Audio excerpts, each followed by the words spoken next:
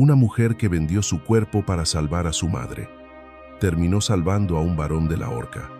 Y lo que sucedió después desafió todas las reglas de una sociedad que jamás perdona. Cuéntanos en los comentarios desde dónde sigues esta historia y qué te conmueve más en un romance de época. Porque lo que estás a punto de escuchar no es solo una historia de amor, es una lección sobre dignidad, sobre justicia y sobre el poder de una sola decisión tomada por las manos que todos despreciaban. Prepárate para una narrativa repleta de coraje silencioso, amor que nace de la gratitud transformada en devoción, injusticia social confrontada y redención merecida. En el corazón histórico de Linares, provincia de Jaén, corría el año de 1887. Elena Montoya Cárdenas, una mujer marcada por un pasado de cortesana que la sociedad jamás perdonaba. Lavaba ropa ajena en las aguas heladas del arroyo del Cuarto. Sus manos se hundían en la corriente que mordía la piel como castigo, mientras soportaba miradas de desprecio y cuchicheos venenosos a su alrededor. Viuda desde que las entrañas de la tierra se tragaron a su marido minero 2 años antes, Elena sostenía sola a su hija Lucía, de apenas 5 años. Aceptaba la humillación diaria como precio de la supervivencia, porque así funcionaba su mundo. Así había funcionado siempre, en aquella mañana de abril. Mientras sus manos callosas restregaban camisas de hombres que nunca la saludarían en la calle, Elena no imaginaba lo que estaba a punto de suceder. Su pequeña hija, jugando por los callejones coloniales. Estaba a punto de encontrar a un hombre encadenado en las mazmorras de la antigua casa consistorial y prisión municipal. Y mucho menos imaginaba que aquel encuentro transformaría para siempre el destino de todos ellos, probando que la salvación más improbable puede nacer de las manos que la sociedad insiste en rechazar. El amanecer llegaba lento sobre Linares, tiñendo de rosa y dorado las iglesias barrocas que coronaban los cerros. El aire fresco de la sierra traía el perfume húmedo de la tierra rojiza, mezclado con el olor a leña quemándose en los fogones de las casas coloniales. A la orilla del arroyo del Cuarto, donde el agua descendía clara y helada entre las piedras pulidas por el tiempo, Elena Montoya Cárdenas ya trabajaba desde las primeras luces, las rodillas hincadas sobre la tabla de madera gastada, las manos sumergidas en la corriente que no conocía piedad. No era una mujer que llamara la atención por la belleza convencional que la sociedad valoraba. Su rostro anguloso, marcado por el sol implacable y las noches mal dormidas, llevaba una expresión de serenidad que confundía a aquellos acostumbrados a ver vergüenza donde solo había cansancio honesto. Sus cabellos negros y gruesos, siempre recogidos en un moño apretado, revelaban una nuca fuerte y la línea decidida de la mandíbula, pero sus ojos castaño oscuros. Esos ojos irradiaban una inteligencia silenciosa que incomodaba a los hombres y mujeres que preferían creer que una ex cortesana no podría poseer alma o pensamiento propio. Las manos de Elena contaban su historia mejor que cualquier palabra. Callosas, con las uñas siempre cortas y pulcras, a pesar del incesante contacto con el agua jabonosa, se movían con una precisión casi mecánica sobre los tejidos. Fregar, retorcer, golpear contra la piedra, enjuagar. El ritmo se había incrustado en su ser. Una música sin melodía que marcaba las horas desde el alba hasta el ocaso. Cada camisa lavada representaba 500 pesetas, cada sábana 800.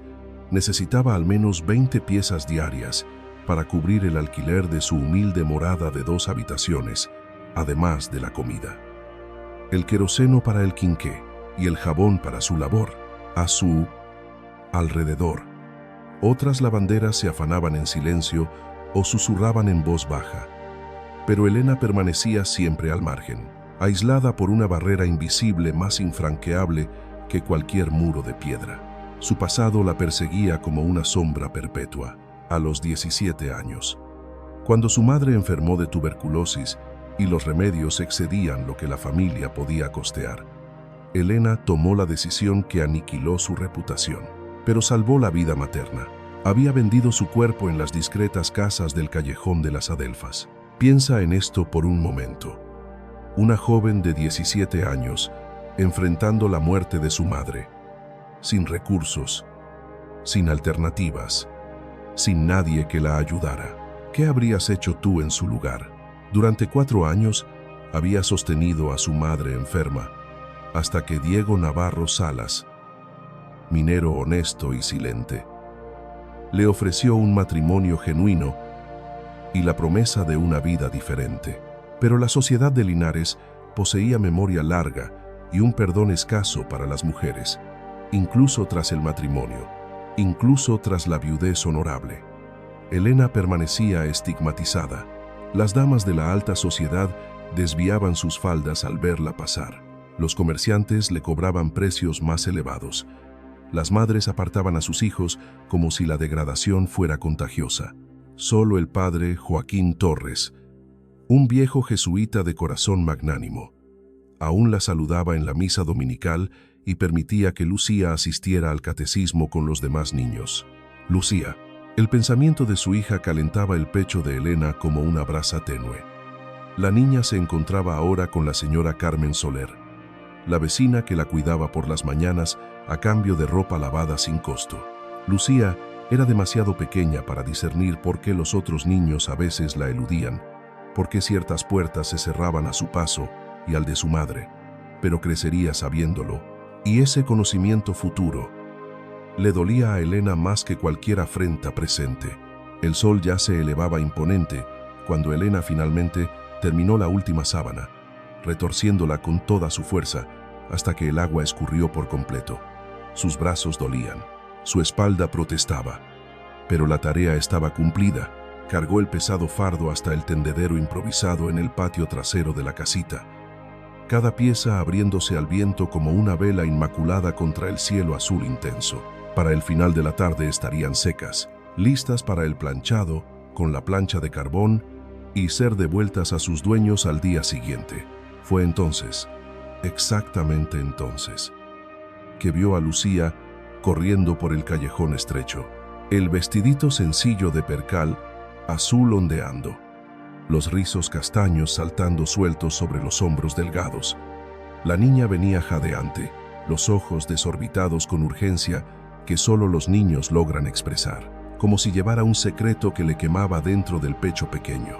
«Mamá, mamá». Lucía se aferró a la falda húmeda de Elena, tirando de ella con fuerza. Hay un hombre en las mazmorras, un hombre llorando. Está encadenado y solo, y tiene hambre. Elena se arrodilló ante su hija, sujetando sus hombritos con firmeza gentil. «Lucía, no debes andar por las mazmorras. Es peligroso. Son lugares de prisioneros, de gente». «Pero él no es gente mala, mamá», interrumpió la niña, los ojos castaños brillando con convicción absoluta que solo la inocencia permite. Estaba llorando, bajito, pero cuando me vio, paró e intentó sonreír. Le pregunté por qué estaba preso y me dijo que fue acusado de algo que no hizo. Dijo que su primo mintió. La voz de Lucía bajó, volviéndose casi un susurro. «Mamá, se parece a papá cuando papá se ponía triste». El corazón de Elena se oprimió. Lucía tenía apenas 3 años cuando Diego murió soterrado, pero guardaba recuerdos fragmentados de su padre. «Hija, muchos prisioneros dicen ser inocentes. No podemos», dijo su nombre, «mamá». Dijo que se llama don Ricardo Velasco de los Olivos. Dijo que antes era varón y tenía minas de plomo, pero ahora solo tiene cadenas. Elena sintió el suelo oscilar bajo sus rodillas. Velasco de los Olivos. Conocía ese nombre. Todos en Linares lo conocían. 3 meses atrás.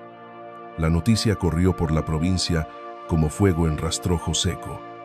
El barón de Velasco, uno de los hombres más acaudalados y respetados de la región, fue apresado, acusado de asesinar a su socio comercial, Joaquín Salazar y Rojas, para apropiarse de valiosas concesiones de plomo.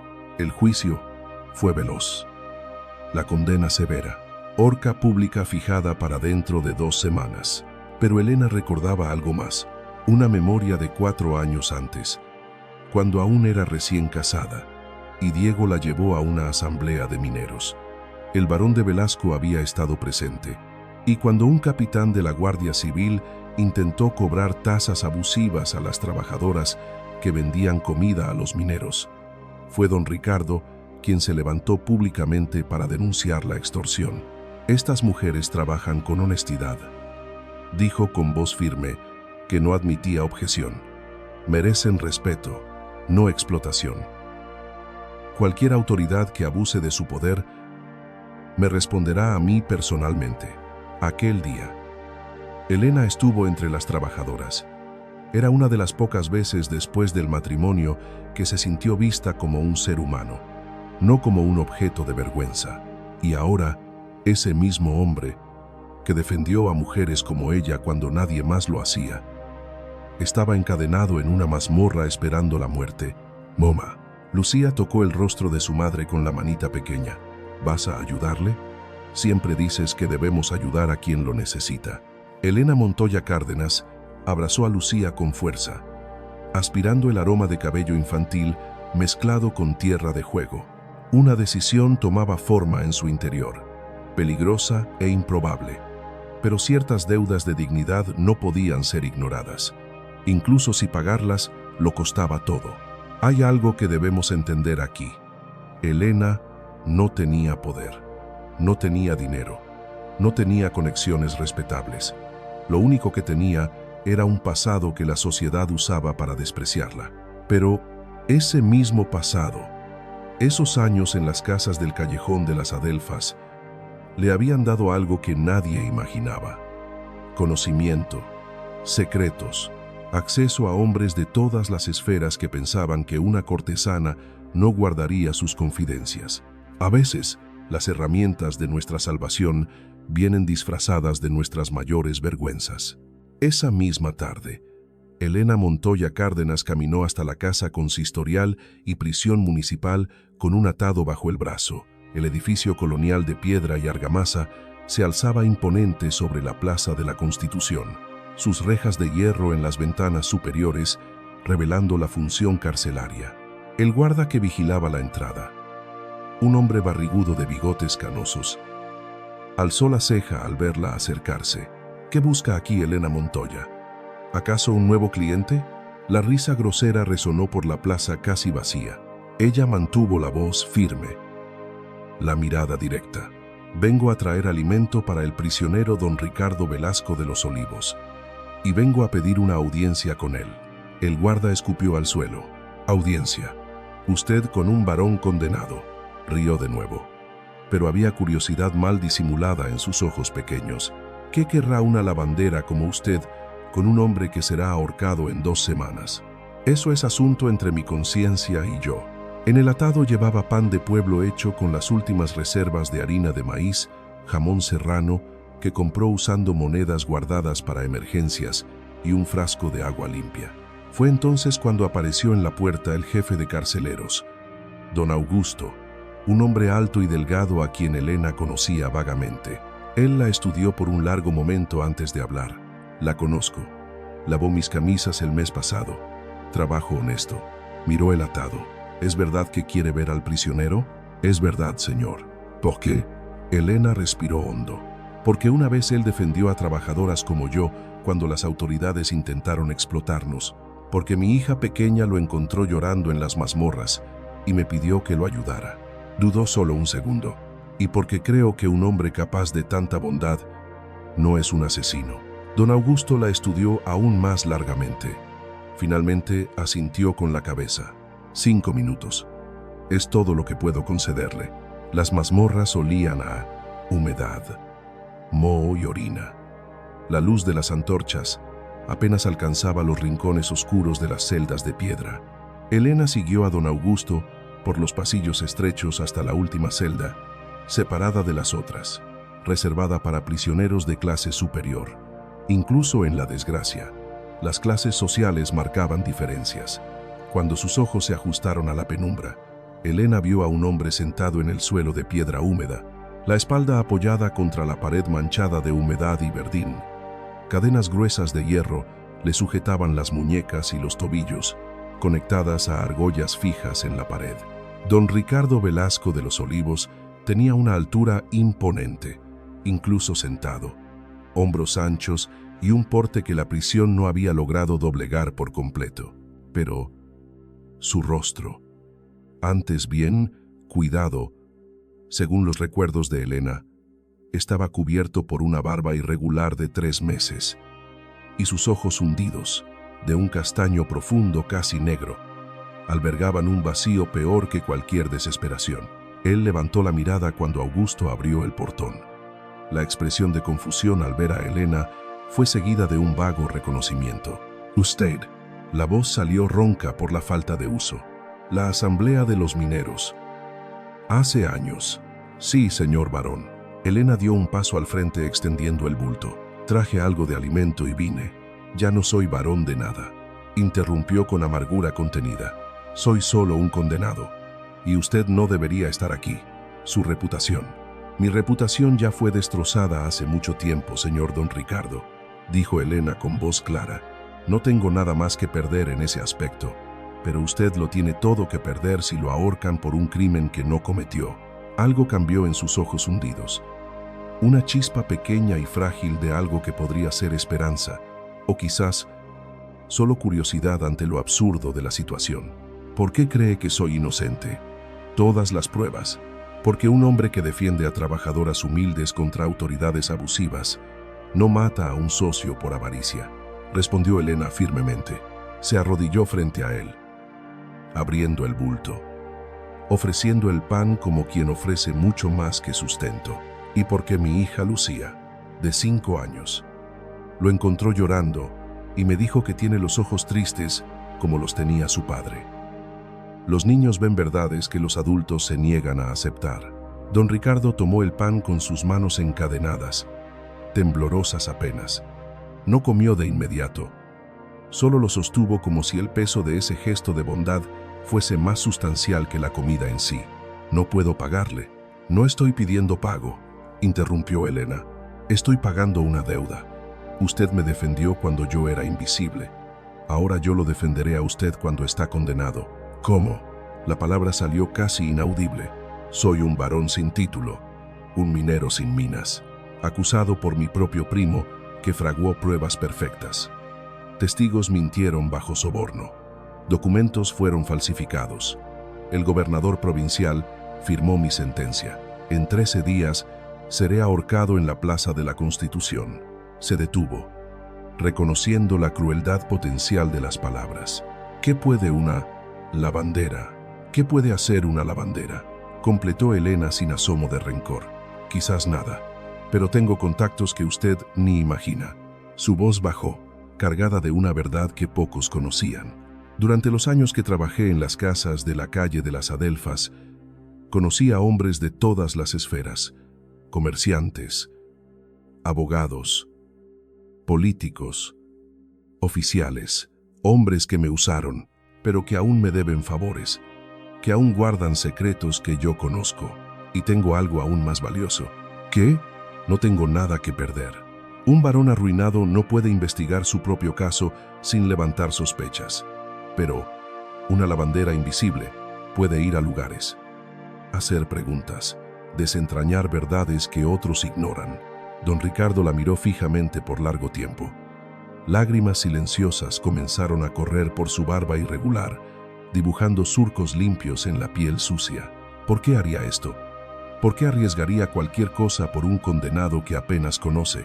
Elena le tomó las manos encadenadas con las suyas, curtidas por el trabajo de lavandera, porque la dignidad reconoce la dignidad, señor don Ricardo, y porque algunos de nosotros necesitamos creer que la justicia aún es posible en este mundo, incluso cuando todo sugiere lo contrario. El guardia golpeó la reja. «El tiempo ha terminado». Elena se levantó. Pero antes de salir, se volvió una última vez. «No se rinda todavía. 13 días pueden ser una eternidad, o pueden ser tiempo suficiente para que la verdad salga a la luz. Volveré mañana». Cuando ella desapareció por el corredor oscuro, don Ricardo finalmente mordió el pan. y por primera vez en 3 meses de prisión, sintió algo más allá de la desesperación. Una llama minúscula e improbable de esperanza, encendida por las manos más inesperadas de todas. Aquella noche, Elena no durmió. A la luz tenue de la lámpara de aceite, sentada a la mesa tosca de pino que Diego había construido antes de morir, escribía nombres en un pedazo de papel viejo, nombres de hombres que había conocido durante los 4 años en las casas de la calle de las Adelfas. No todos, solo aquellos que demostraron algún vestigio de decencia, aquellos que conversaban más allá del acto físico, aquellos que revelaron secretos pensando que una cortesana no los guardaría. Don Mateo Ruiz García, el abogado criminalista que una noche confesó estar hastiado de defender a ricos culpables mientras inocentes pobres se pudrían. Capitán Julián Robles, el oficial de la guardia que una vez lloró en sus brazos hablando de la corrupción que no podía denunciar. Señor Blas Romero, el escribano del registro que tenía acceso a todos los documentos comerciales de la provincia. Y había otros, una red invisible de hombres que le debían a Elena no favores, sino silencios. Lucía dormía en el jergón estrecho a un lado, su respiración suave de niña que aún no conocía el peso del mundo. Elena miró a su hija y sintió que la determinación se endurecía como hierro al rojo vivo. Si fallaba, si don Eduardo descubría sus investigaciones, no sería solo Elena quien pagaría el precio, pero sí, no lo intentaba. Si permitía que don Ricardo muriera sabiendo que ella podría haber hecho algo, algunas elecciones no eran elecciones, eran imperativos del alma. Los días siguientes, Elena Montoya Cárdenas estableció una rutina precisa. Se levantaba a las 4 de la madrugada, trabajaba como lavandera hasta el mediodía, visitaba a don Ricardo a la 1 de la tarde llevándole comida y agua limpia, y pasaba las tardes y noches investigando. Augusto, el alcaide principal, hacía la vista gorda a las visitas diarias, conmovido por algo que ni él mismo comprendía por completo. En la primera visita, don Ricardo aún estaba desconfiado, casi avergonzado de aceptar la ayuda de una mujer a la que la sociedad despreciaba. Pero Elena no daba espacio para vergüenzas inútiles. Se sentaba en el suelo húmedo de la celda sin titubear, como si el palacio y la mazmorra fuesen igualmente aceptables cuando el propósito era justo. «Necesito que me lo cuente todo», dijo ella en la tercera visita, sacando papel y lápiz de carbón de su atillo, junto con pan de pueblo y queso. Desde el inicio, ¿cómo conoció a Joaquín Ramos? ¿Cuándo comenzó la sociedad con él? ¿Quién fue testigo del contrato?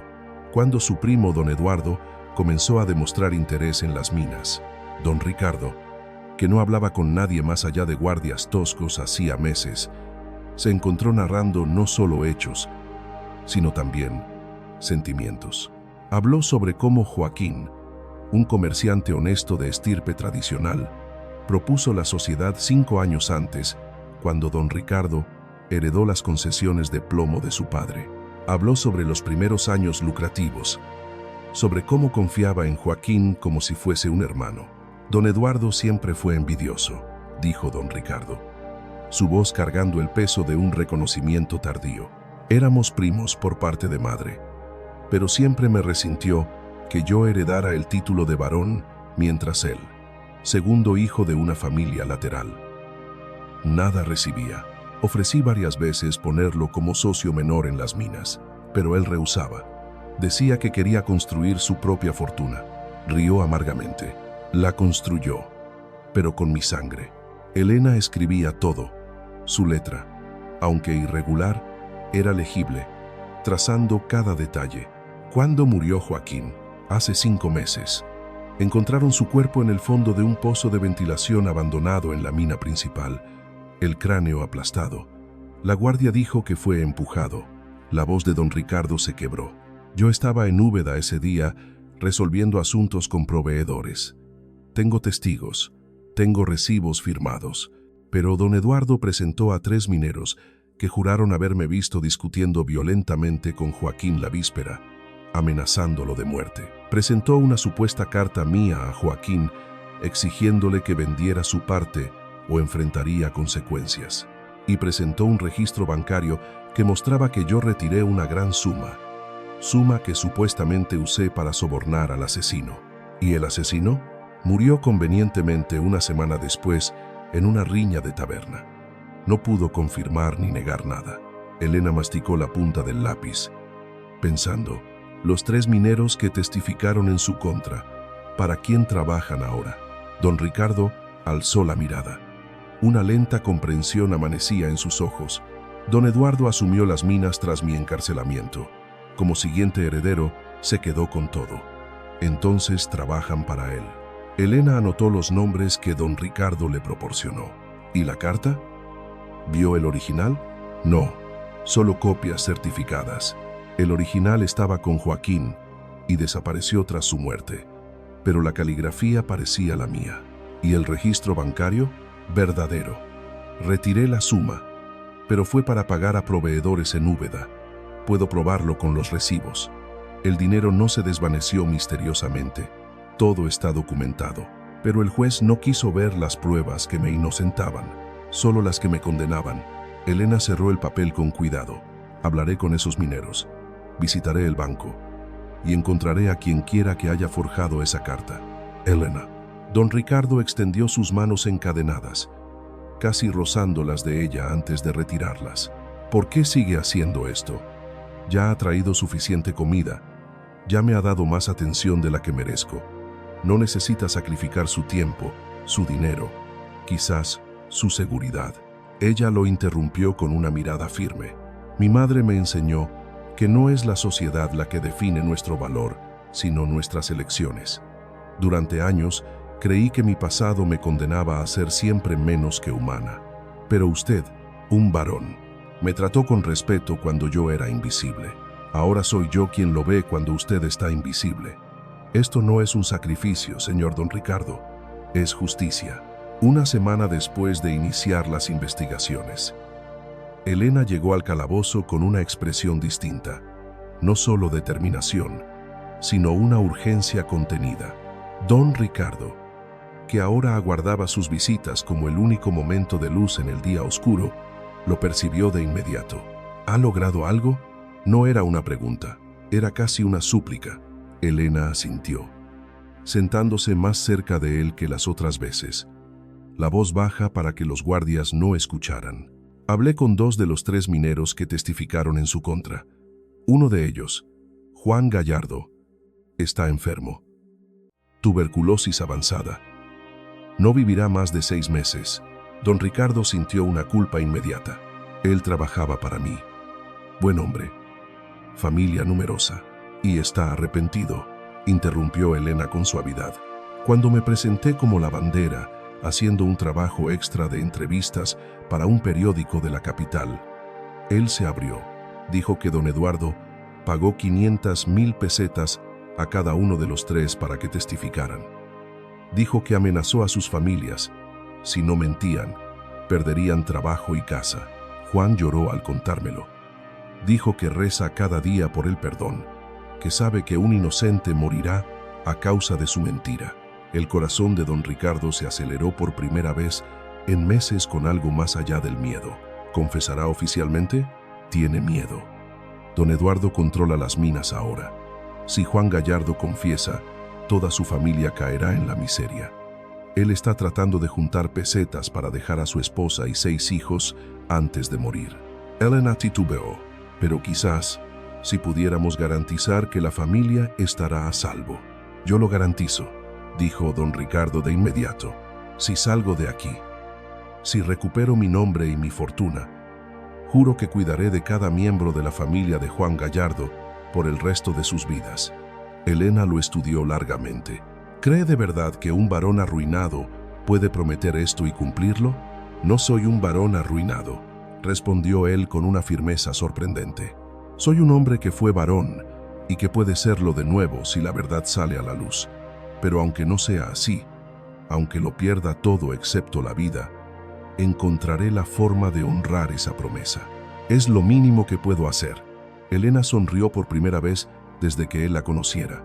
Era una sonrisa pequeña, cansada, pero genuina. Por eso vale la pena salvarle, don Ricardo Velasco de los Olivos. porque aún encadenado en esta mazmorra, aún condenado injustamente, sigue pensando primero en los demás. Él sintió algo extraño en el pecho, algo que no había sentido desde antes de que su esposa Isabel muriera en sus brazos 3 años atrás. No era amor, demasiado pronto, demasiado improbable, sino reconocimiento.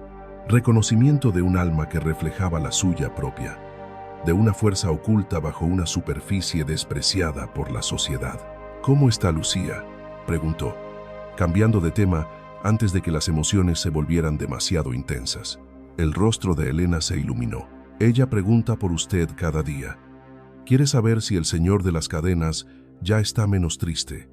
Le hice una muñeca de trapo y le dije que era un presente suyo. ¿Por qué? Porque le está dando algo más valioso que un juguete. Le está enseñando que vale la pena luchar por la justicia, incluso cuando el mundo entero afirma que es imposible. Cuando crezca, recordará al hombre que casi fue ahorcado por mentiras y a la madre que creyó en la verdad. Eso forjará quién será ella. Don Ricardo tragó saliva. Usted es una mujer extraordinaria, Elena Montoya Cárdenas. Ella negó con la cabeza. Soy una mujer común haciendo lo que debe hacerse, nada más. Pero ambos sabían que no era cierto. 10 días después del inicio de las investigaciones, 3 días antes de la horca señalada, Elena entró en la mazmorra con un hematoma morado en la sien izquierda y un corte en el labio inferior. Don Ricardo se levantó tan súbitamente que las cadenas repiquetearon con fuerza contra las argollas de hierro. ¿Qué sucedió? ¿Quién la lastimó? Elena hizo una señal para que se sentara, intentando minimizar. Nada de importancia. Tropecé con... No mienta, ordenó él con una voz que recuperaba su antigua autoridad. Alguien la atacó. ¿Fue don Eduardo? Ella suspiró, finalmente cediendo. No él directamente, pero sí hombres que trabajan para él. Anoche, cuando regresaba de conversar con el comerciante que suministraba materiales para las minas, me siguieron 2 hombres. Me acorralaron en el callejón de las Adelfas. Me empujaron contra el muro. Su voz tembló ligeramente. Dijeron que debería dejar de hacer preguntas incómodas si no quería que algo peor le sucediera a Lucía. La furia que surcó el rostro de don Ricardo era tan intensa que por un momento Elena vislumbró al hombre poderoso que había sido. Amenazaron a su hija, una niña de 5 años. Sí, amenazaron, confirmó Elena, su voz temblando por primera vez. Pero no voy a detenerme. Estoy demasiado cerca. Descubrí que la carta fue escrita por un copista profesional llamado Genaro Soto, quien trabaja en el registro civil. Señor Blas Romero, el escribano que conozco, confirmó que Genaro tiene una habilidad rara para imitar caligrafías. Y aún más, Genaro depositó 500,000 pesetas en una cuenta bancaria la semana anterior al juicio, la misma cantidad que recibieron los mineros. Elena, basta, dijo don Ricardo, luchando contra las cadenas como si pudiera romperlas con la fuerza de su voluntad. Ya ha probado su argumento. Ha hecho más de lo que cualquiera haría. Pero si algo le sucede a usted o a Lucía por mi causa, yo no podría soportarlo. Prefiero morir, pero al menos usted estará a salvo. No, respondió ella con firmeza absoluta. Ya he vivido años dejando que otros decidieran mi valía, mi futuro, mi dignidad. No volveré a eso, y no permitiré que usted muera cuando puedo evitarlo. ¿Por qué?, explotó él. ¿Por qué arriesga tanto? Apenas me conoce. Soy solo. Usted es el hombre que me vio, interrumpió Elena, sus ojos castaños brillando con emoción contenida. En una asamblea de mineros hace años, cuando las autoridades intentaron explotarnos. Usted se levantó y dijo que esas mujeres trabajan honestamente y merecen respeto. Usted me miró a mí, una ex cortesana que todos evitaban, y asintió con la cabeza, como si mi existencia importara, como si fuera humana. Lágrimas corrían por su rostro ahora. Sin sonido, solo rastros brillantes. No se imagina lo que significa ser vista como humana cuando el mundo entero la trata como un objeto o una vergüenza. Y cuando Lucía lo encontró, y vino a contarme sobre el hombre llorando encadenado. Reconocí el dolor en sus ojos. Es el mismo dolor que vi en el espejo durante años. Su voz se quebró. No puedo salvarme a mí misma del pasado, pero puedo salvarlo a usted de un futuro de mentira. Y al hacerlo, quizás salve también alguna parte de mí. Don Ricardo extendió sus manos encadenadas y por primera vez tocó su rostro. Sus dedos ásperos, marcados por meses de prisión, limpiaron las lágrimas de sus mejillas con una ternura que parecía imposible, viniendo de un hombre tan destruido. Usted ya está salvada, Elena, no por mí, sino por sus propias elecciones, por su coraje insensato y su bondad irracional. Permanecieron así por un momento suspendido, manos y rostro conectados, dos parias sociales hallando en el abismo mismo algo que podría tal vez llamarse redención mutua. Augusto tosió en el corredor anunciando que el tiempo había terminado. Elena se apartó, limpiándose el rostro. Tengo 3 días. Iré al gobernador mañana con todo lo que descubrí. Juan Gallardo accedió a confesar si garantizamos la seguridad de su familia. Señor Blas Romero está preparando documentos que muestran las irregularidades en los registros. Don Mateo Ruiz García aceptó revisar el caso gratuitamente. Y si no es suficiente, será suficiente, dijo ella con una convicción que parecía nacer de un lugar demasiado profundo para la duda. Tiene que serlo. Al 11º día, con apenas 2 jornadas hasta el cadalso, Elena llegó a la mazmorra con Augusto y otro hombre. Don Mateo Ruiz García, un abogado criminalista de excelente reputación. Era un hombre de mediana edad, cabellos canos bien peinados, ropas sobrias pero de calidad. Su rostro reflejaba incomodidad ante el ambiente carcelario, pero también una creciente determinación. Barón de Velasco saludó formalmente extendiendo la mano antes de notar los grilletes. Perdón, soy Mateo Ruiz García, abogado. Elena Montoya me buscó con información que, de ser cierta, constituye una burda perversión de la justicia. Don Ricardo miró a Elena, quien asintió con un gesto tranquilizador. Don Mateo me conoció hace años, pero es un hombre honrado, y descubrí que usted tiene razón, interrumpió Mateo, extrayendo papeles del maletín. Revisando los autos del proceso, hallé irregularidades tan palmarias que me pregunto cómo el juez las ignoró. O mejor dicho, sé exactamente cómo. Soborno o presión. El problema es probarlo. Durante las 2 horas siguientes, Augusto había permitido tiempo extra mediante un pago que Elena había hecho con sus últimas pesetas. Los 3 trabajaron con intensidad. Mateo hacía preguntas técnicas. Don Ricardo respondía con memoria precisa, detallando cada suceso, cada documento, cada persona implicada. Elena tomaba notas adicionales, enlazando puntos que Mateo no advertía por estar centrado únicamente en la ley. El testigo de Úbeda, dijo Elena de repente, el señor Gaspar, el proveedor con quien don Ricardo almorzó el día del asesinato. ¿Testificó él? Mateo hojeó los documentos. No hay registro de su citación, ni la suya ni la de otros 4 comerciantes que don Ricardo afirma haber encontrado ese día. Don Eduardo debe haberse asegurado de que no fueran llamados, murmuró don Ricardo, pero todos pueden confirmar que estuve en Úbeda desde las 10 de la mañana hasta las 6 de la tarde. Joaquín murió al mediodía según el informe forense. Imposible que yo hubiera estado en 2 lugares simultáneamente. A menos, dijo Mateo lentamente, que usted haya contratado a un asesino. Eso fue lo que la acusación argumentó. Pero Mateo estudió otros papeles. El supuesto asesino a sueldo, este tal Geraldo Silva, murió en una pelea de taberna una semana después del crimen. Demasiado conveniente. Elena tenía una expresión distante, pensativa. Muy conveniente. ¿Y si Geraldo Silva nunca fue un asesino a sueldo, sino un testigo que Eduardo necesitaba silenciar? Ambos hombres la encararon. ¿Qué quiere decir? ¿Y si Geraldo vio algo? Vio a alguien, tal vez al verdadero asesino, empujando a Joaquín al pozo. ¿Y si Eduardo lo pagó para que guardara silencio, pero luego decidió que los testigos muertos son más seguros? Mateo golpeó la mano en la rodilla. Por Dios. Tiene sentido. Si logramos probar que Geraldo estaba en las minas aquel día, que tenía razón para estar allí. Él trabajaba como cargador ocasional, dijo Ricardo, la memoria aclarándosele. Lo recuerdo. Joven, fuerte, siempre necesitando dinero extra. Era común que apareciera para trabajos temporales. Entonces, él estaba allí, concluyó Elena. Vio algo. Eduardo lo compró primero con dinero, después con la muerte. Necesito ir a Úbeda.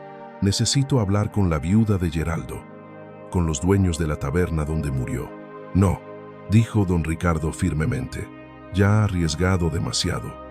Si va a Úbeda, a 2 días de viaje, no estará aquí cuando lo ahorquen, completó Elena sin rodeos. Lo sé, pero Mateo puede ir al gobernador con todo lo que tenemos hasta ahora. Juan Gallardo confesará. Señor Blas Romero proporcionará los registros, y si logro traer una prueba más de Úbeda, soy esposa y madre de una viuda, dijo una voz en la entrada de la celda. Lucía estaba allí sosteniendo la mano de Carmen, la vecina. La niña había entrado silenciosamente mientras los adultos conversaban. El señor de las cadenas no va a morir. Mamá va a salvarlo, y yo voy a ayudar. Elena se arrodilló ante su hija, intentando ser firme. Lucía, hija, esto es conversación de adultos, pero yo puedo ser útil, insistió la niña con una seriedad impresionante para sus 5 años. Si mamá va a Úbeda, yo me quedo con Carmen y rezo mucho. Voy a rezar tanto que Dios no tendrá más remedio que ayudar. Ricardo, que había perdido a un hijo de la misma edad que Lucía 3 años antes, sintió el corazón romperse y recomponerse simultáneamente. Lucía, llamó gentilmente, eres una niña muy valiente, pero no quiero que tu madre se arriesgue por mí. La niña soltó la mano de Carmen y caminó hasta los barrotes, sus ojos castaños muy abiertos, mirando directamente a Ricardo. Usted es un hombre bueno, lo sé, y los hombres buenos no deben morir por mentiras de hombres malos. Mamá me enseñó eso. Tu madre es sabia. Lo sé, dijo Lucía con naturalidad infantil. Por eso ella va a salvarle, y después serán amigos. Dudó. Luego continuó con inocencia devastadora. Y quizás pueda usted enseñarme a leer libros grandes como los que tiene en su hacienda. Mi mamá me los mostró de lejos una vez. Elena tragó el nudo en la garganta. Don Ricardo extendió la mano a través de las rejas y Lucía sostuvo sus dedos encadenados sin temor. Lo prometo, dijo él. La voz quebrada. Si logro salir de estas cadenas, te enseñaré a leer cuantos libros enormes desees. ¿Prometido? Prometido. En la mañana del 12º día. A solo un día de la ejecución, Elena no apareció para la visita acostumbrada. Don Ricardo pasó horas en creciente desazón, imaginando lo peor. Fue a Úbeda sin avisar. La atacaron de nuevo. ¿Acaso don Eduardo la había descubierto? A las 4 de la tarde el carcelero abrió la celda con expresión indescifrable. Hay una visita oficial. El gobernador don Salvador Ríos entró en la mazmorra acompañado de un escribano, don Mateo Ruiz García. Y para inmenso alivio de don Ricardo, Elena estaba pálida, exhausta, pero viva e íntegra, y triunfante. Varón de Velasco. Comenzó el gobernador, hombre corpulento de bigotes abundantes y expresión severa. Graves informaciones han llegado a mi conocimiento. De ser comprobadas, indican que la justicia ha sido burdamente pervertida en este caso. Don Ricardo intentó incorporarse, mas las cadenas se lo impidieron. Excelencia, permanezca sentado, ordenó el gobernador. Luego miró al carcelero. Retiren esas cadenas de inmediato, hasta que este asunto se esclarezca. Este hombre no será tratado como un condenado cualquiera. Mientras el carcelero manipulaba los cerrojos, el gobernador continuó. Esta mujer, señaló a Elena, ha presentado evidencias que mi propio juez de derecho negligió o ignoró intencionalmente. Un testigo ocular está dispuesto a confesar su perjurio. Registros bancarios revelan pagos sospechosos. Miró a Elena con un respeto inusitado. Y lo que es más importante, ha viajado a Úbeda y regresado en tiempo récord con el testimonio de la viuda de Geraldo Silva. Elena dio un paso al frente, sus ojos resplandeciendo con fatiga y triunfo. La viuda de Geraldo me confió que su esposo llegó a casa una semana antes de morir con cuantiosa suma de dinero. Dijo haberla recibido por trabajo en las minas, pero estaba nervioso, asustado. La noche antes de morir, le confesó haber visto al primo del varón empujando a alguien al pozo. Dijo que aquel hombre le pagó para callar, pero que temía que también lo matara a él. Al día siguiente, Geraldo estaba muerto, oficialmente por una reyerta de taberna, pero nadie vio con exactitud cómo comenzó. ¿La viuda dará este testimonio bajo juramento? Sí, Excelencia. Y los dueños de la taberna admitieron que un hombre, con la descripción de don Eduardo, estuvo allí esa noche, aunque nunca fue interrogado. Don Ricardo sintió como los grilletes de sus muñecas cedían. Una libertad parcial, pero de una significación profunda. Miró a Elena y vio no solo a la lavandera que la sociedad despreciaba, sino a la mujer extraordinaria que había logrado lo imposible por pura fuerza de voluntad y una bondad que desafía toda lógica. El gobernador repasó los documentos que don Mateo presentaba. Juan Gallardo, uno de los mineros que testificaron contra Velasco, confesó por escrito que había sido sobornado y coaccionado para falsear la verdad. El copista Genaro Soto admitió bajo coerción haber fraguado la supuesta carta. Los registros muestran que todos los involucrados recibieron exactamente 500,000 pesetas, suma que procedía de la cuenta personal de don Eduardo Velasco y Torres. Todo es una falsedad, comenzó a defenderse don Ricardo. Pero el gobernador alzó la mano. No necesita defenderse ahora. Habrá un nuevo juicio. Don Eduardo Velasco y Torres será arrestado e interrogado. La ejecución marcada para mañana queda cancelada. El gobernador estudió a don Ricardo largamente. Debo pedir disculpas, varón. El sistema le ha fallado de manera inaudita. Miró nuevamente a Elena con una admiración apenas contenida. Y esta mujer, esta lavandera, realizó la labor que las autoridades estaban obligadas a cumplir. Desenterró verdades que habían sido sepultadas con premeditación. Arriesgó su propia existencia en pos de la justicia. Ella es extraordinaria, Excelencia, dijo don Ricardo, mirando a Elena con una intensidad tal que el mismo gobernador lo percibió. Extraordinaria en todos los sentidos. Elena enrojeció, apartando la mirada. Tan solo hice lo que era justo. No, dijo el gobernador firmemente. Actuó con una valentía que pocos se atreverían a emular, y le garantizo que recibirá el reconocimiento público que le es debido por ello. Cuando todos salieron, dejando a don Ricardo finalmente libre de las cadenas por primera vez en 3 meses, Elena se demoró un instante más.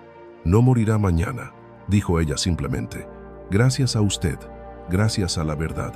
Yo solo la saqué a la luz. Don Ricardo dio un paso adelante, aún inestable tras meses de inmovilidad. Estaba lo suficientemente cerca ahora para percibir el aroma a jabón y lavanda que provenía de ella. Una fragancia pulcra y humilde que contrastaba con cualquier esencia de alto coste. Elena Montoya Cárdenas, usted me salvó. Salvó mi existencia, mi honor, mi dignidad. No tengo palabras para. No necesita palabras, interrumpió ella con dulzura. Necesita libertad completa. Necesita recuperar su hacienda, sus minas, su vida. Y yo necesito retomar mi oficio de lavandera. No, dijo él con una firmeza que la sobrecogió. No volverá a ser solamente lavandera. No después de esto. Permítame que yo de alguna forma le demuestre mi gratitud. Elena sonrió con tristeza. Su gratitud no alterará la percepción que la sociedad tiene de mí, don Ricardo. Seguiré siendo la antigua cortesana. Seguiré siendo la mujer de la que las madres apartan a sus hijos. Demostrar su inocencia no borrará mi pasado. Quizás no, asintió él, pero ha probado su valía moral. Y la valía moral, Elena, supera con creces cualquier pasado. Permanecieron mirándose. Algo tácito, vibrando en el espacio que los separaba. Algo que ninguno estaba listo para nombrar. mas que ambos sentían crecer ineludible. Detengámonos un momento aquí, porque hay una lección profunda en lo que está sucediendo. Elena no podía cambiar su pasado. No podía borrar los años en las casas del callejón de las Adelfas. No podía convencer a la sociedad de que la viera diferente. Pero lo que sí pudo hacer fue elegir quién quería ser ahora. Y esa elección, demostrada con acciones, no con palabras, era más poderosa que cualquier juicio social. Si hay algo que puedas llevarte de esta historia, es esto. No podemos controlar lo que otros piensan de nosotros. No podemos borrar nuestros errores pasados, pero siempre podemos elegir nuestras próximas acciones, una semana después de su liberación provisional. Mientras aguardaba el nuevo juicio que limpiaría definitivamente su nombre, don Ricardo organizó una cena de agradecimiento en su hacienda Los Olivos. Invitó a Elena, a don Mateo Ruiz García, a señor Blas Romero y a otros que le habían ayudado. Era tanto un gesto de gratitud como una declaración pública de que honraría sus deudas. Elena titubeó en aceptar. No pertenezco a ese mundo, don Ricardo. Mi presencia en su mesa causará habladurías. Que hablen. Usted merece estar allí más que nadie. La noche de la cena. Elena apareció con Lucía, ambas vistiendo sus mejores ropas, que eran sencillas de percal barato, pero escrupulosamente limpias y remendadas con esmero. Cuando entraron en la hacienda Los Olivos, una imponente construcción colonial rodeada por los centenarios olivos que daban nombre a la propiedad, Elena sintió el peso de ser observada. Los criados miraron con sorpresa apenas disimulada, invitados de la alta sociedad, a quienes don Ricardo había incluido estratégicamente, cuchichearon.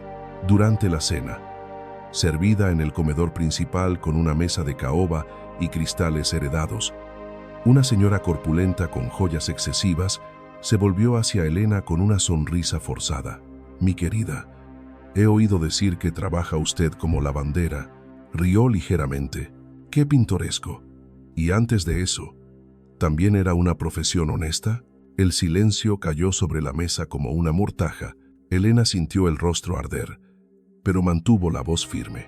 Antes de eso, hice lo que necesitaba para mantener a mi madre enferma.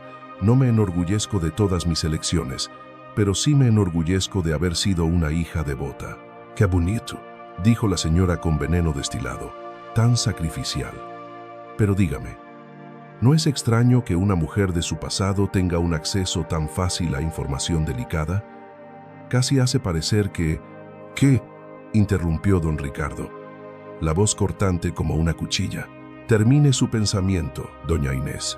La mujer parpadeó, sorprendida por el tono. Bueno, solo que es inusual. Inusual es la verdadera nobleza, dijo don Ricardo poniéndose en pie. La nobleza de título es un accidente de nacimiento, pero la nobleza de carácter es una elección, indicó a Elena, y esta mujer posee más nobleza en su meñique que muchos de nosotros en toda nuestra pomposa existencia. Ella arriesgó todo, la reputación que apenas tenía, la seguridad que escasamente poseía, incluso la seguridad de su hija, para salvar a un hombre que apenas conocía. No porque esperara pago, no porque buscara una posición social, sino porque posee algo que muchos de nosotros hemos perdido. La decencia básica. El silencio ahora era distinto, respetuoso, avergonzado. Si alguien más en esta mesa, continuó don Ricardo, fijando su mirada en cada invitado, desea ultrajar a Elena Montoya Cárdenas, le conmino a que se retire de inmediato, porque no toleraré la más mínima falta de respeto hacia la mujer que me ha devuelto la vida misma. Nadie osó moverse. Doña Inés balbuceó algunas disculpas. La cena prosiguió. Pero una transformación palpable había ocurrido. Don Ricardo no solo había defendido a Elena, había proclamado públicamente que ella estaba bajo su amparo y en la sociedad jerárquica de Linares. Aquello era todo. Más tarde, cuando los últimos invitados se hubieron marchado, Elena permaneció en el jardín contemplando los centenarios olivos bañados por la serena luz de la luna. Don Ricardo la encontró allí, con Lucía plácidamente dormida en sus brazos. No debió haber hecho aquello, susurró ella con suavidad. ¿Hacer qué? ¿Proclamar la verdad? ¿Defenderme tan ostensiblemente en público? Ahora las lenguas viperinas susurrarán que existe algo impropio entre nosotros. Don Ricardo guardó silencio por un prolongado instante. ¿Y acaso lo hay? Elena se volvió para mirarlo de frente, su rostro envuelto en el argentino fulgor lunar. ¿Qué dijo? Algo entre nosotros, articuló él en voz baja, porque hay algo en mi interior, algo que comenzó como gratitud. Sí, pero que se está transformando en algo distinto, más profundo. Cuando usted no acudió a la visita aquel día, temí perecer no por la soga, sino por el angustioso temor de que algo le hubiese sucedido. Y cuando la vi junto al gobernador, sana y salva, se interrumpió, tragando con dificultad. No fue solo alivio, fue una emoción que no experimentaba desde la partida de Isabel. Elena estrechó a Lucía contra su pecho. Don Ricardo está confundiendo la gratitud con «no confundo absolutamente nada», la interrumpió él con serena dulzura. Tengo 38 años. Fui un hombre casado. Conozco la abismal diferencia entre la gratitud y esto. Aquello permaneció innombrado, flotando entre ambos como una promesa sublime y a la vez una imposibilidad lacerante. Aun cuando usted albergara un sentimiento similar, dijo Elena finalmente, la sociedad jamás lo aceptaría. Usted es el varón, yo soy. Usted es Elena Montoya Cárdenas, replicó él con inquebrantable firmeza. Y eso es cuanto me importa. El nuevo juicio tuvo lugar 2 semanas después de la liberación de don Ricardo, don Eduardo Velasco y Torres. Ya bajo arresto y aguardando su propia condena por asesinato, falsificación de documentos y perjurio, fue conducido al tribunal encadenado. Era un hombre de porte elegante, con cabellos oscuros peinados con esmero y bigotes encerados. Pero sus ojos destilaban un odio puro cuando se posaron en Elena, sentada al lado de don Ricardo. Todo esto, escupió don Eduardo a don Ricardo, ignorando al juez que con ahínco intentaba mantener el orden. Destruido por una, a la que usted ha aceptado como aliada. ¿Cuán bajo ha caído, primo? Don Ricardo se irguió con tal celeridad que su silla rechinó. Mida sus palabras, don Eduardo. ¿O qué? Rió don Eduardo con amarga sorna. Ya lo he perdido todo, pero lo arrastraré a usted conmigo, y a ella también. Todos sabrán qué clase de mujer es su salvadora. Todos conocerán cada detalle sórdido. Basta, tronó el juez. Una palabra más, y será amordazado. Pero el daño ya estaba hecho. En los días siguientes, panfletos anónimos circularon por Linares detallando el pasado de Elena, exagerando, distorsionando, volviendo sórdido lo que ya era doloroso. Hombres la acosaban en la calle, mujeres escupían a su paso. Alguien arrojó una piedra a la ventana de su humilde morada, casi hiriendo a Lucía. Elena intentó ser fuerte. Pero una noche, cuando don Ricardo apareció en su puerta después de escuchar sobre el ataque, la encontró desmoronándose. «Ya no puedo más», lloró ella con las manos temblorosas. «Cada día es una guerra. Lucía tiene miedo de salir de casa. Mis clientes de la lavandería han cancelado los servicios. Estamos pasando hambre, Ricardo». Su voz se quebró. «Y todo porque yo. Porque intenté ayudar». Él la envolvió en sus brazos. Un gesto de intimidad que hasta entonces habían evitado. No todo. Porque Eduardo es un hombre cruel que no acepta la derrota. Pero esto pasará, Elena. Te prometo que... ¿Cómo? Se apartó ella, secándose las lágrimas con rabia. ¿Cómo va a pasar? Mi pasado es verdadero. Las cosas en los panfletos, aunque exageradas, tienen una base real. No puedo negar lo que fui. No te pido que lo niegues, dijo Ricardo firmemente. Te pido que te enorgullezcas de haber sobrevivido, que te enorgullezcas de cada elección difícil que hiciste para proteger a quienes amabas. Eso no es vergüenza, Elena, es valentía. La sociedad no lo ve así. Pues que se condene la sociedad. Elena lo encaró, sorprendida por la vehemencia.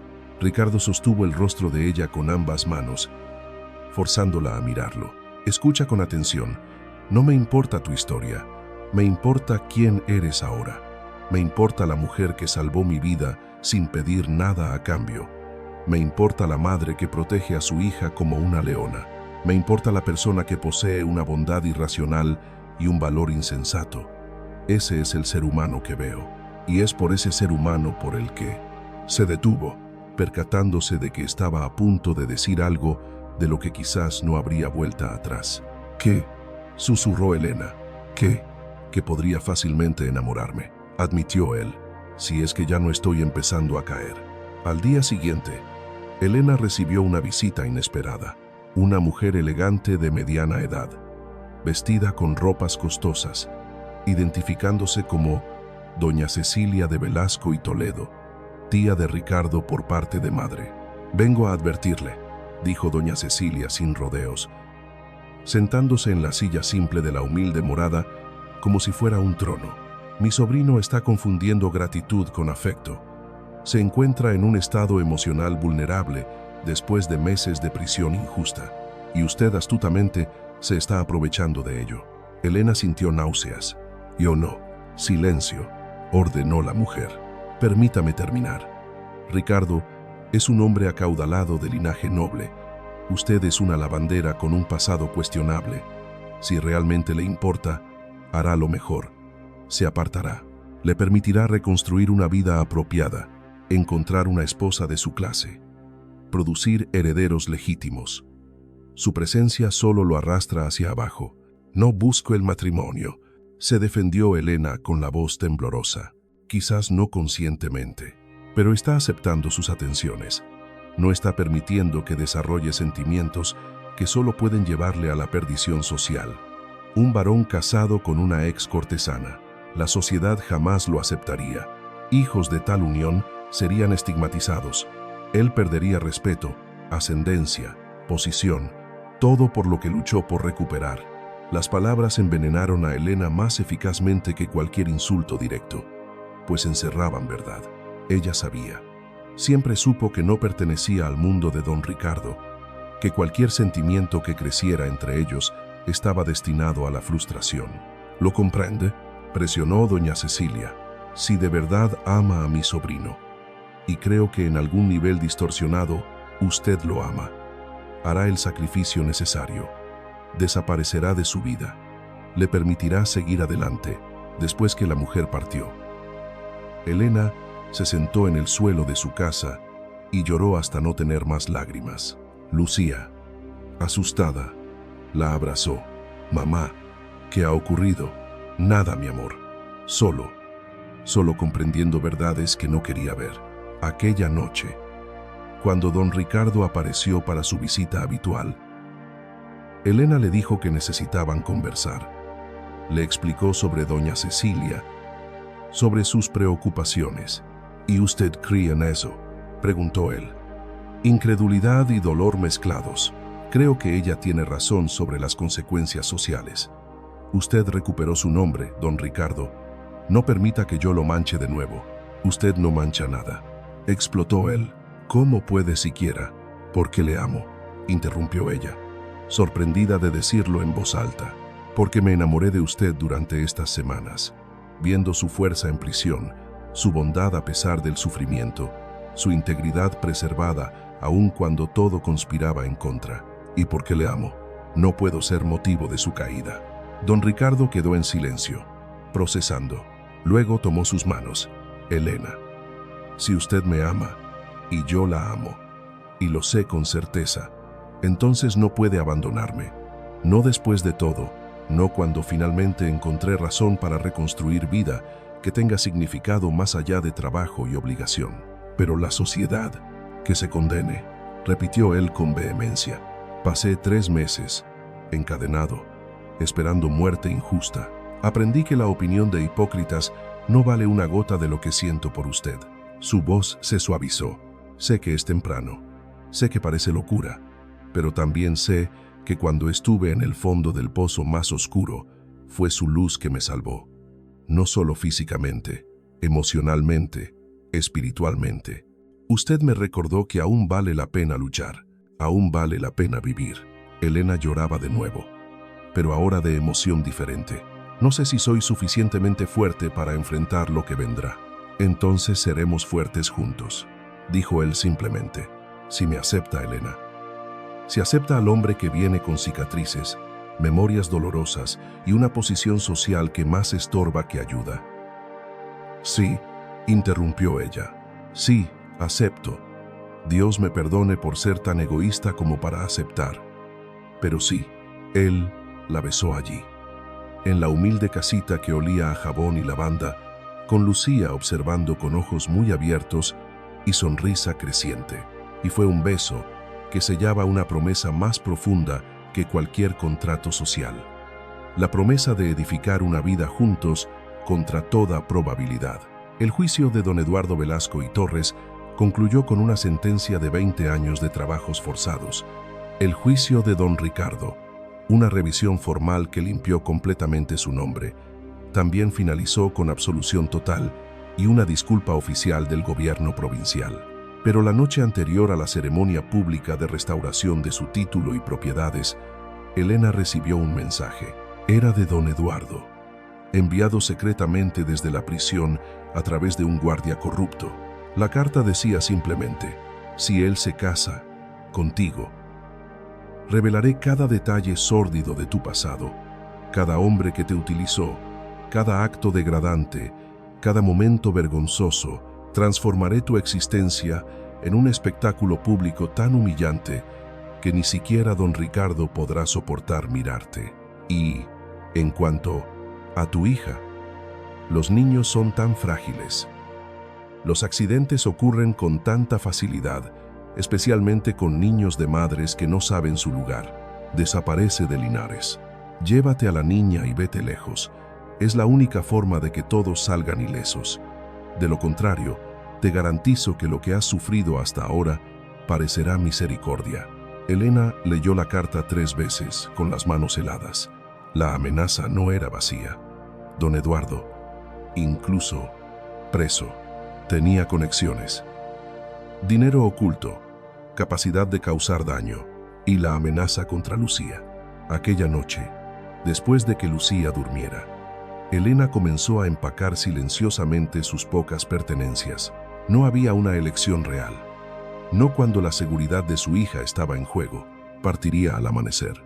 Dejaría una carta para don Ricardo explicando que había comprendido que no podría enfrentar la vida que él le ofrecía, que prefería preservar los buenos recuerdos a destruirlos con una realidad cruel. Mentiría diciendo que no lo amaba lo suficiente. Era la única forma de proteger tanto a Lucía como a don Ricardo de las garras venideras de don Eduardo.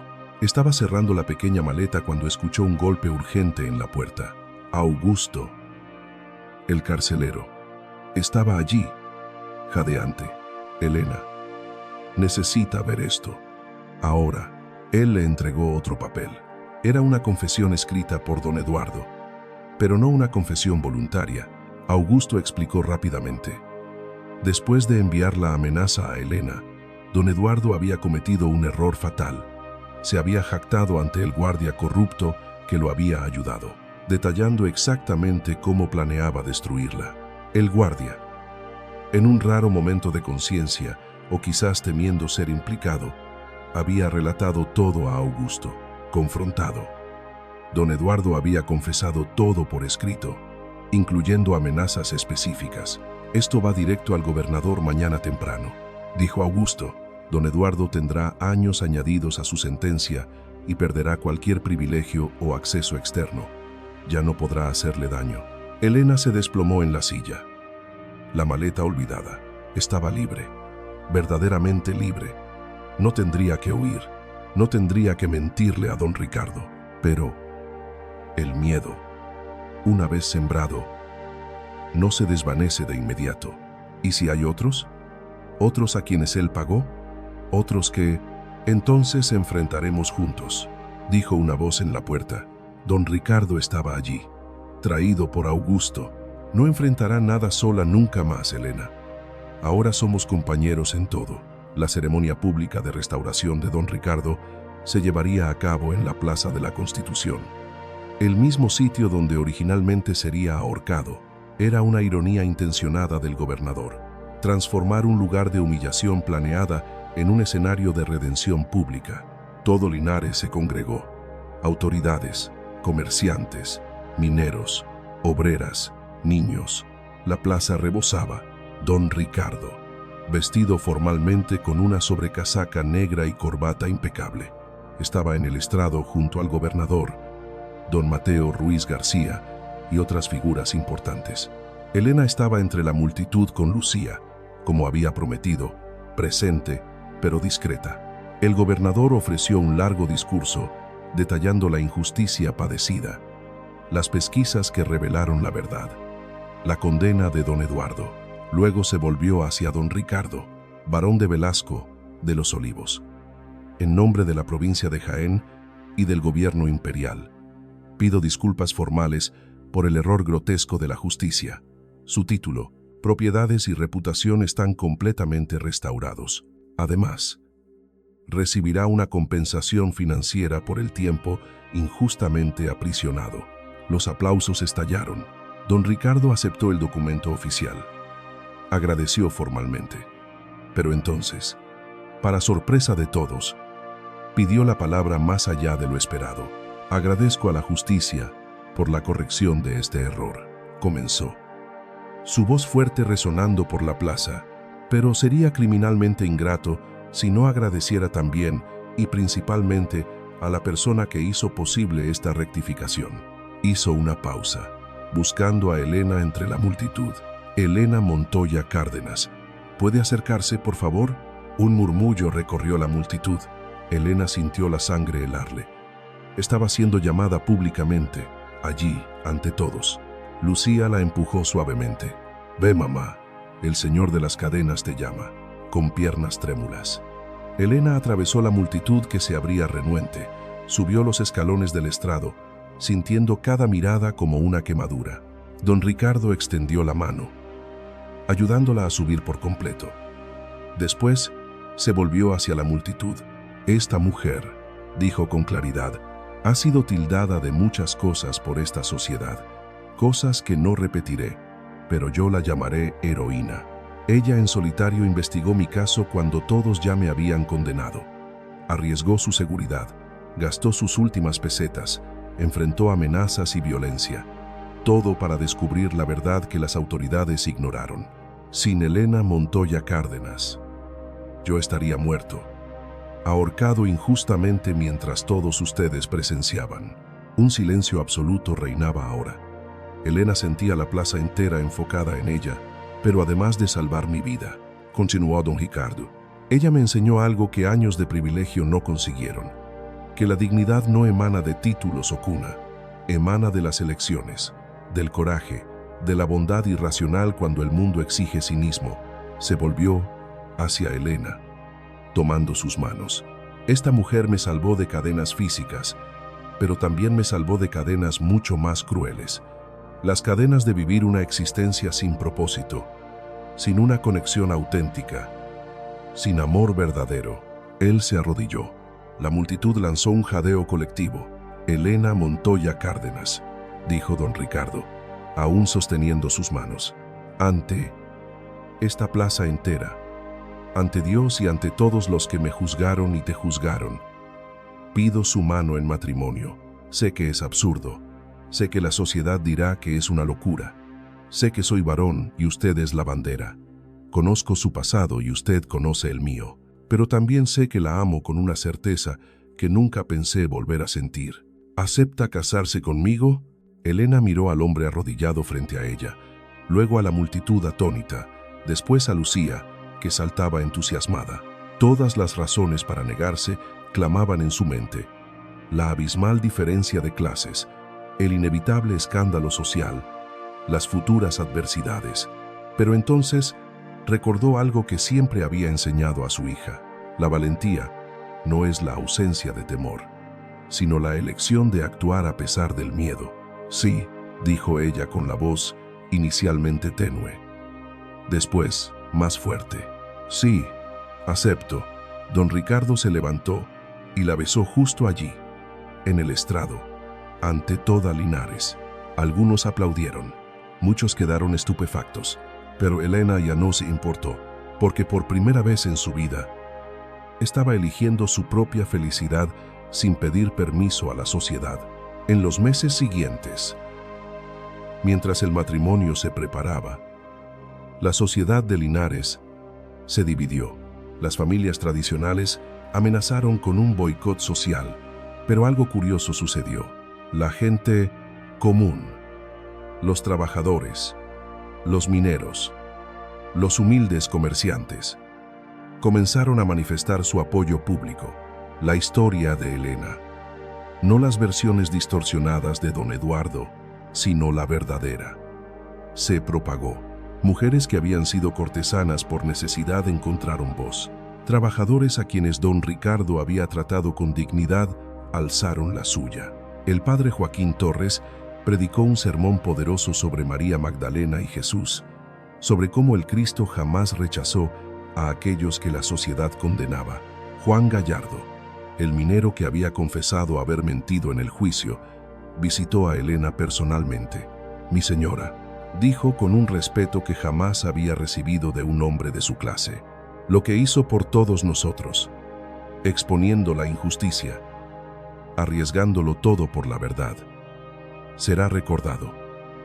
Mis hijas conocerán su nombre, sabrán que una mujer sin título y sin fortuna puede cambiar el mundo». La propia doña Cecilia, tía de Ricardo, que había intentado convencer a Elena de que desistiera, apareció una tarde en la hacienda. La mujer orgullosa parecía más pequeña. Avergonzada: «Vengo a pedir disculpas. Estaba equivocada, no sobre las dificultades que enfrentarán. Esas son reales, sino sobre usted no merecer a mi sobrino». Tragó saliva. «En verdad, tengo mis dudas de si él la merece a usted». Fue el inicio de una lenta pero genuina reconciliación con parte de la familia de Ricardo. En cuanto a don Eduardo, su amenaza adicional contra Elena resultó en 5 años extras a su sentencia.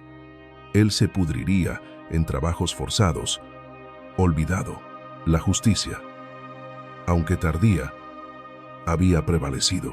La boda se celebró en agosto de 1887, 4 meses después de la liberación de Ricardo, en una ceremonia que no tuvo lugar en la iglesia principal de Linares, donde se casaban las familias ricas, sino en la ermita de San Isidro, una pequeña iglesia de barrio popular. Fue una elección deliberada de Ricardo y Elena, casarse entre el pueblo que siempre los apoyó, no entre la aristocracia que los juzgaba. La ermita estaba repleta, mineros con sus ropas de domingo, lavanderas con vestidos limpios, humildes comerciantes, niños corriendo entre los bancos. Don Mateo Ruiz García estaba allí, Augusto también, señor Blas Romero, Juan Gallardo y su familia, y para sorpresa de muchos, algunas familias tradicionales asistieron, reconociendo que tal vez había algo de verdaderamente noble en aquella unión improbable. La mañana era luminosa, el cielo de un azul profundo sin nubes. Los jacarandás violetas alrededor de la ermita estaban en plena floración, sus flores cayendo como nieve colorida cada vez que una brisa pasaba.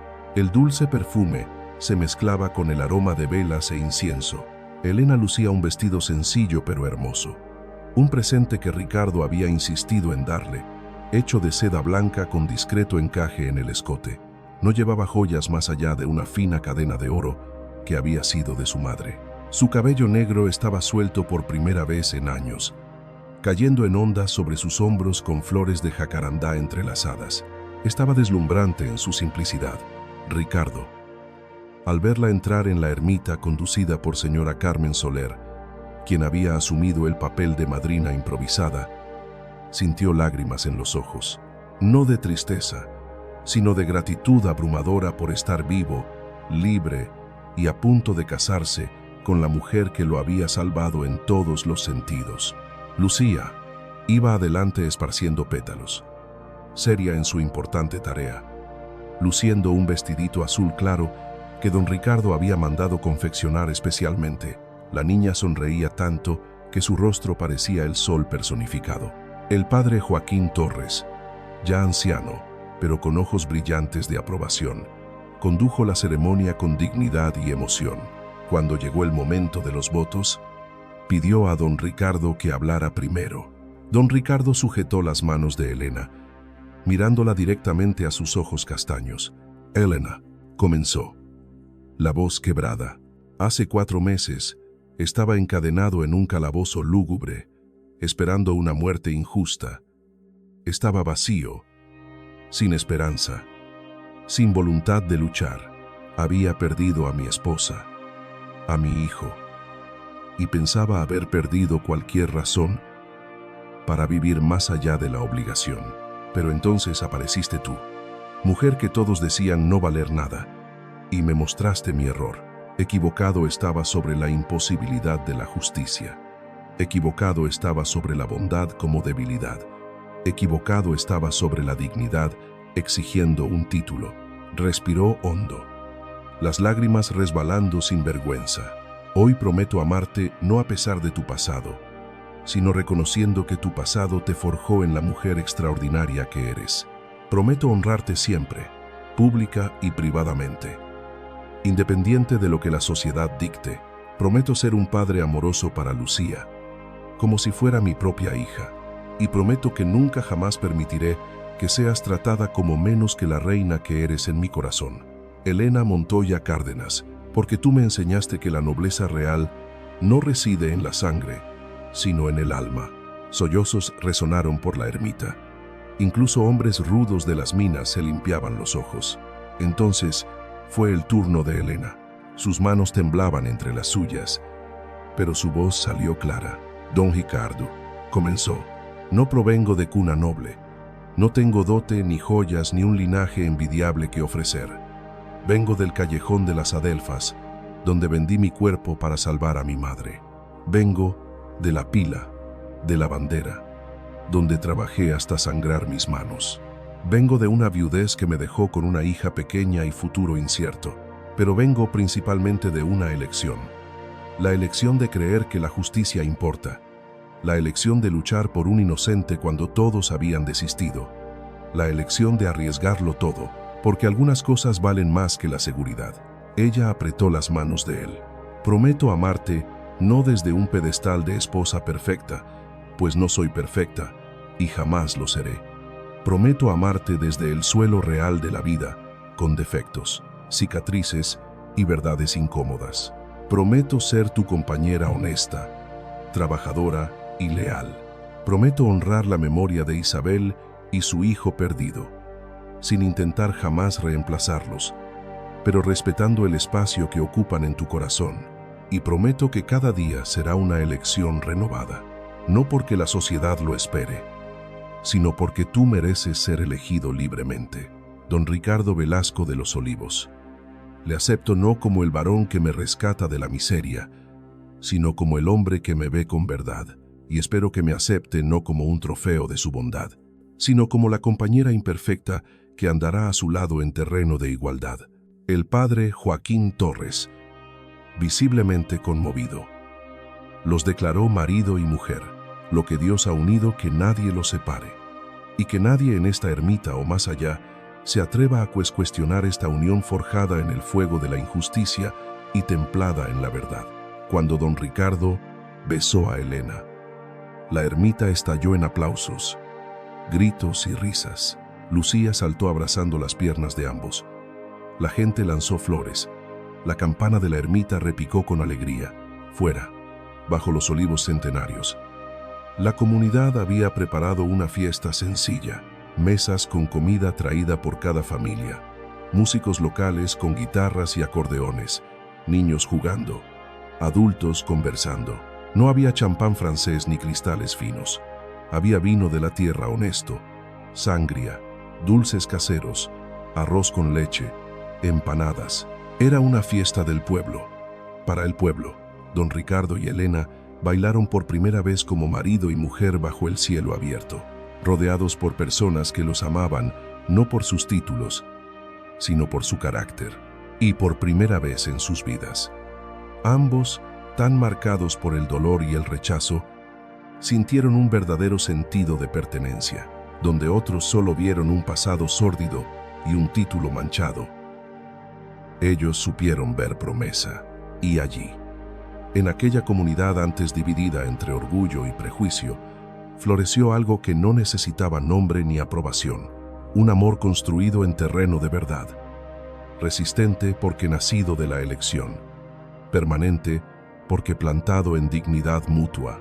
12 años habían transcurrido desde aquella tarde de agosto, cuando Elena y don Ricardo unieron sus vidas bajo los olivos centenarios. Desde entonces, la hacienda Los Olivos conoció risas que hacía años no resonaban por sus corredores coloniales. La propiedad volvió a prosperar con minas bien administradas y justas con sus trabajadores. Y Linares fue testigo lentamente de la transformación de la opinión pública. El tiempo había dejado sus marcas, canas aquí, arrugas de sonrisa allá, pero el amor, ese, permanecía intacto, solo más profundo, como raíz de árbol centenario. Era una mañana de domingo en abril de 1899, y la hacienda Los Olivos bullía con la energía característica de un domingo en familia. Lucía, ahora una joven de 17 años, estaba sentada a la mesa de la biblioteca devorando un libro de botánica que había encargado de la capital. Tenía los cabellos castaños de su madre, recogidos en un elegante moño, pero conservaba la expresión seria y determinada que siempre había poseído desde pequeña. Planeaba estudiar medicina en la capital, un sueño audaz para una mujer, pero que don Ricardo y Elena apoyaban sin reservas. Diego Ricardo Velasco Montoya, bautizado en honor al padre biológico de Lucía y el primer hijo de la pareja, contaba con 10 años y era la viva imagen de su progenitor en miniatura. Alto para su edad, con hombros ya anchos, poseía profundos ojos castaños que observaban el mundo con una inteligencia inquiridora. En ese instante, se encontraba en el despacho de su padre, aprendiendo la contabilidad de las minas de plomo, fascinado por los números y la justicia que podía implementarse a través de salarios equitativos. Las gemelas, Isabel Teresa e Isabel Luisa, de 7 años, eran un torbellino de energía y carcajadas, físicamente idénticas, cabellos negros y rizados, ojos oscuros y brillantes, mejillas siempre sonrosadas. Poseían, sin embargo, personalidades marcadamente distintas. Teresa era reflexiva, siempre con un libro o un dibujo en las manos. Luisa, por su parte, era la aventurera, constantemente trepando árboles y regresando a la hacienda con el vestido desgarrado y las rodillas magulladas. En aquel momento, jugaban en el jardín erigiendo una casita imaginaria bajo el olivo centenario más imponente, utilizando las flores caídas como ornamentos. El Benjamín, Pablo Andrés, de 4 años, poseía una risa contagiosa y una determinación inquebrantable que provocaba la tierna sonrisa de Elena y el orgulloso cabeceo de don Ricardo. Era el único de los hijos con ojos claros, herencia de algún remoto antepasado de don Ricardo, los cuales resplandecían como la miel bajo el sol andaluz. Don Ricardo Velasco de Los Olivos, ahora con 50 años, estaba sentado en el porche observando a las gemelas en el jardín con una expresión de profunda complacencia. Su cabello se había vuelto casi completamente cano, con apenas algunos mechones oscuros que aún se resistían. Arrugas rodeaban sus ojos y boca, pero eran arrugas nacidas de sonrisas, de carcajadas, de expresiones de amor reiteradas miles de veces.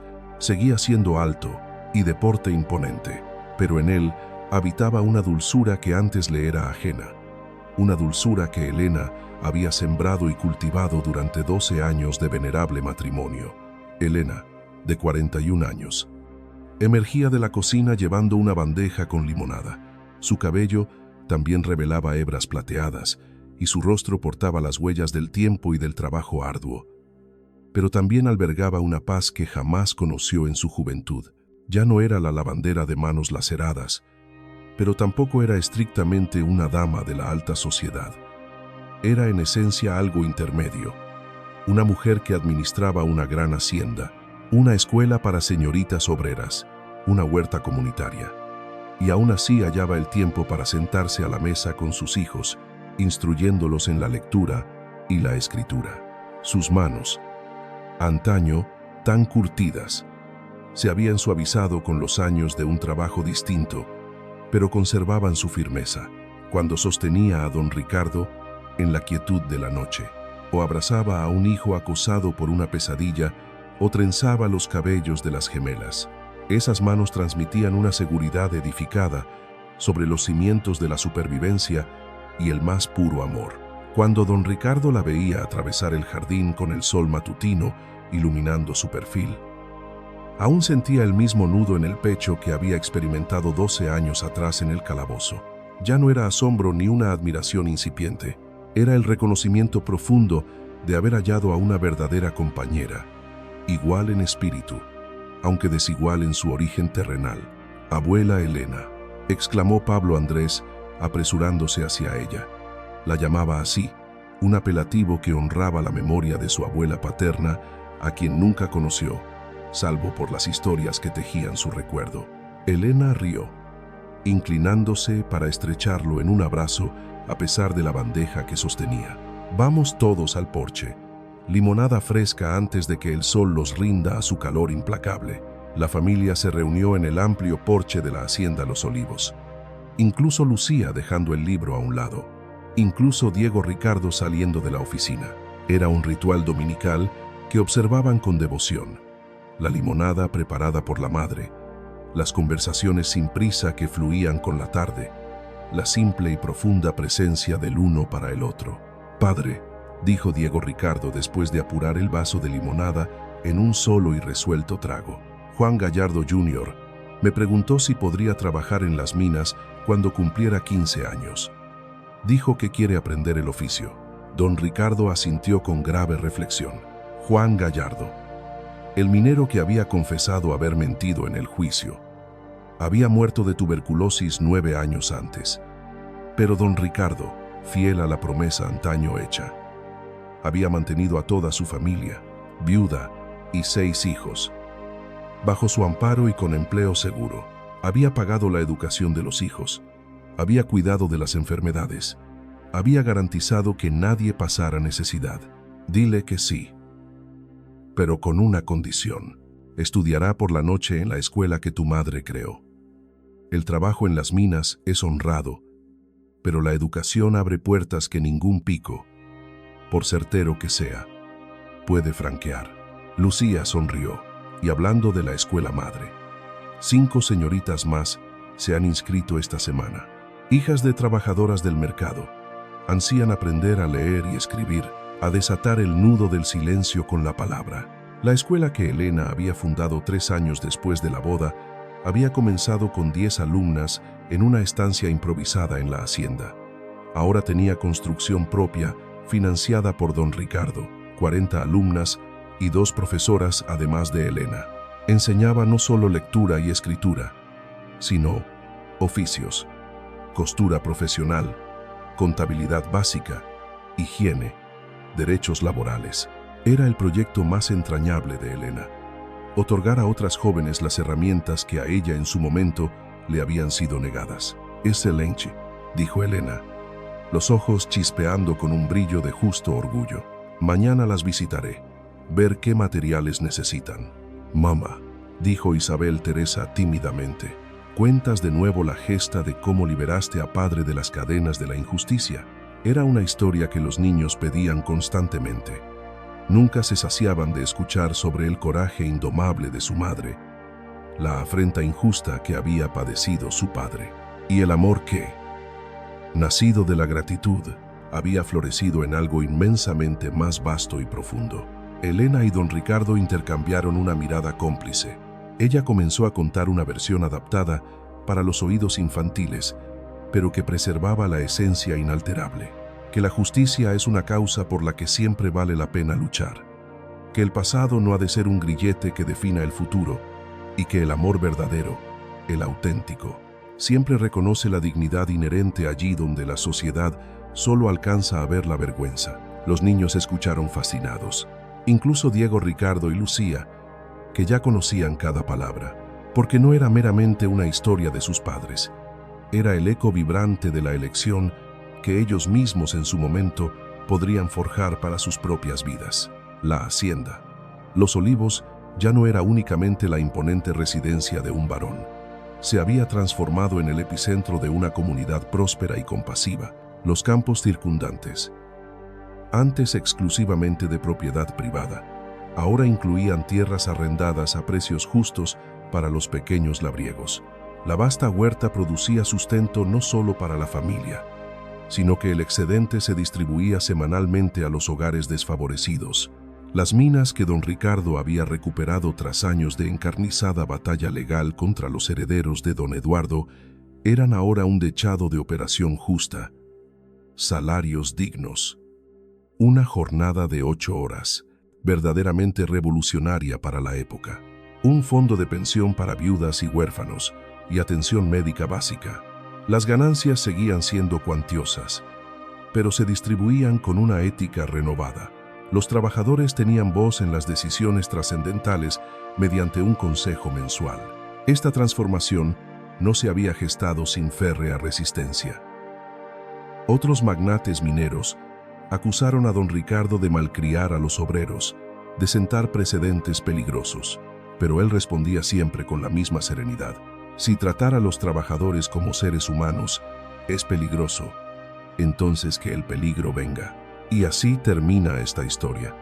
O mejor dicho, así continúa, porque Elena Montoya Cárdenas nunca dejó de ser lavandera en espíritu. Siguió trabajando cada día, solo que ahora lavaba conciencias en lugar de camisas, limpiaba injusticias en lugar de manchas, y retorcía verdades hasta sacar el veneno de las mentiras. Y don Ricardo Velasco de los Olivos nunca dejó de ser el hombre encadenado que una niña de 5 años encontró llorando. Aquellas cadenas invisibles, las del agradecimiento, las del amor, las de la dignidad reconocida. Esas nunca las rompió, ni quiso hacerlo. Si esta historia te ha llegado al corazón, pregúntate esto: ¿quién en tu vida necesita que alguien crea en su inocencia cuando todos lo han condenado? ¿Qué parte de tu pasado has permitido que te defina, cuando podrías estar eligiendo quién quieres ser ahora? ¿Y cuándo fue la última vez que alguien te vio, verdaderamente te vio? ¿Cómo Elena y Ricardo aprendieron a verse? Porque al final, esta no es solo una historia sobre una lavandera y un varón en la España del siglo XIX. Es una historia sobre nosotros, sobre las cadenas invisibles que cargamos, sobre la dignidad que merecemos y sobre el amor que nace cuando dos personas deciden verse más allá de lo que la sociedad les permite ver. Recuerda, la nobleza de título es un accidente de nacimiento, pero la nobleza de carácter, esa es una elección. Y tú puedes elegir, hoy, ahora mismo, quién quieres ser. Gracias por acompañarnos hasta el final de esta historia. Si quieres más relatos como este, ya sabes qué hacer. Nos vemos en la próxima.